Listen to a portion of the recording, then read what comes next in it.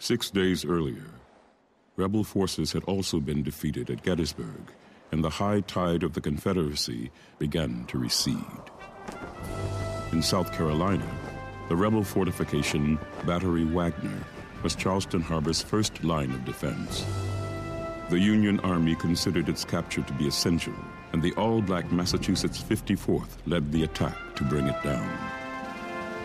My dear wife, we are on the march to Fort Wagner to storm it. We have just completed a successful retreat from James Island. We fought a desperate battle there Thursday morning. God has protected me through this, my first fiery, leaded trial, and I do give him the glory. First Sergeant Robert Simmons, Massachusetts 54th. Fort Wagner was located on a barrier island. The earthen installation was defended by 1,700 Confederate troops. When the attack came, some 600 men of the Massachusetts 54th marched across an open beach. The Union soldiers were cut down by a devastating torrent of gunfire. Sergeant Major Lewis Douglas, son of Frederick Douglass, wrote of the slaughter in a letter to his fiancée. It was terrible. A shell would explode and clear a space of 20 feet. Our men would close up again, but it was no use. How I got out of that fight alive, I cannot tell. But I am here. Remember, if I die in a good cause. Sergeant Major Lewis Douglas.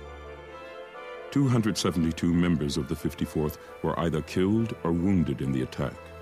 The unit's commanding officer, 25-year-old Colonel Robert Shaw, was one of those who lost his life. We were exposed to a murderous fire from the battery of the fort. Mortal men could not stand such a fire.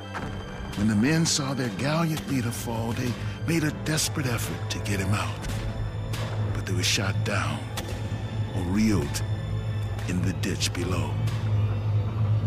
Corporal James Gooding. When the color bearer was wounded, Private William Carney raced forward to rescue the American flag. As the former slave fought his way back to the Union lines, he was shot in the head, chest, right arm, and both legs. Despite his wounds, the 23-year-old soldier staggered into camp, clutching the bloody flag. His surviving comrades broke into cheers as William Carney proudly exclaimed, "Boys, I did my duty. The dear old flag never touched the ground." Private William Carney.